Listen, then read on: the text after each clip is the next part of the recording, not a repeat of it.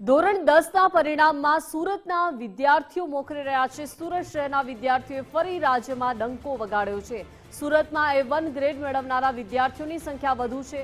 વિદ્યાર્થીઓએ ભારે હર્ષોલ્લાસ સાથે ઉજવણી કરી। ધાર્યા કરતા સારું પરિણામ આવતા વિદ્યાર્થીઓની આંખો છલકાઈ છે।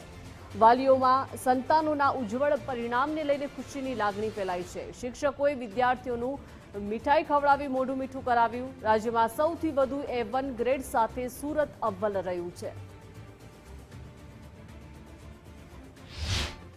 મારા માતા પિતાનું શ્રેય છે। પછી આ બધા શિક્ષકોનું જ્યારે પણ જરૂર હોય ત્યારે ગમે ત્યારે ફોન કરો તરત જ જવાબ આપી દે છે અને એ બહુ મોટી વાત છે કે મારે A1 આવ્યો છે। મારે 93% અને 98 PR આવ્યા છે। અચ્છા, માતા પિતા શું કરે છે અને કઈ રીતનું આ પરિણામ હાંસલ કરવા માટે ખૂબ જ મહેનત કરી? પિતા રત્ન કલાકાર છે અને મમ્મી હાઉસવાઈફ છે। હવે શું હવે આગળ શું પ્લાનિંગ છે? હવે આગળ સાયન્સ લઈને ઓટોમોબાઈલ એન્જિનિયરનો ગોલ રાખ્યો છે।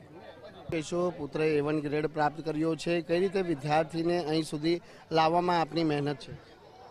સારી એવી મહેનત છોકરાએ કરી છે અને શિક્ષકોએ સારી એવી મહેનત કરી છે, તેથી આ ફળ મળ્યું છે। એક પિતાનું સપનું હોય છે, શું સપનું છે? કે છોકરો ભણીને થોડુંક આગળ જાય એવું બધું સપનું હોય છે। એમ ખુશી તો હોય જ, છોકરાને નંબર આવ્યો A1। તો મારી તબિયત બરાબર નહોતી તો એની મહેનત સારી પડી, કેમ કે મેં પછી એમ કીધેલું કે મને સારું જ છે, તું મહેનત કર। રાતે જાગીને એ મહેનત કરતો હતો। મારું નામ ગોહિલ શગુન પ્રદીપભાઈ છે। કયો ગ્રેડ આવ્યો છે અને કઈ રીતનું પરિણામ? A1 આવ્યું છે અને બહુ જ સરસ પરિણામ છે મારા। મેં નહોતા ધાર્યા એટલે મારા પર્સન્ટેજ આવી ગયા છે, એટલે મને બહુ જ ખુશી થઈ છે। કેટલા કલાકોનું આ પરિશ્રમનું પરિણામ છે? એમ તો મહેનત તો મેં કરી છે, પણ એમ મેં કલાકો ગણી નથી કરી। મેં મારી રીતે મહેનત જેટલી મહેનત થઈ એટલી મેં કરી છે મહેનત। પછી જે પરિણામ આવવાનું હશે એ આવશે એમ વિચાર્યું। ખાસ કરીને આજના યુગમાં જે યુવા પેઢી સોશિયલ મીડિયામાં રચી પાછી રહેતી હોય છે, તો સોશિયલ મીડિયાનું કઈ રીતે આ ખાસ ત્યાગ કરે?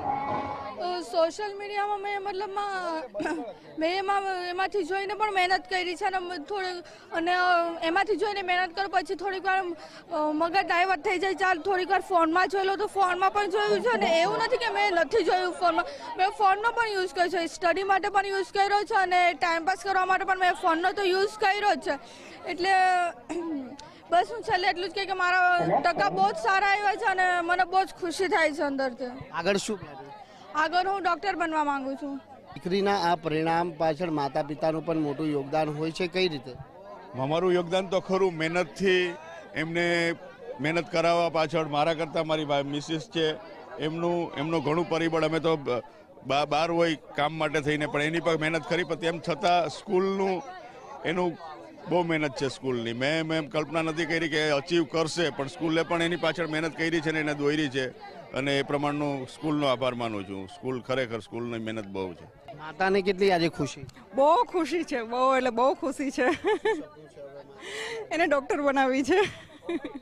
સુરતમાં એમાંય મોસ્ટલી વરાછા વિભાગમાં ખૂબ જ વિદ્યાર્થીઓને શિક્ષકો તૈયારી કરાવડાવે છે, મહેનત કરાવડાવે છે અને શિક્ષકો વિદ્યાર્થીઓને સમજાવે છે કે તમારું ફ્યુચર છે અને તમે અત્યારે મોબાઈલ અને ડિજિટલ દુનિયામાં ઉછારો અને તમે અત્યારે તમારી લાઈફ બનાવો અને ખૂબ સારું એજ્યુકેશન લો।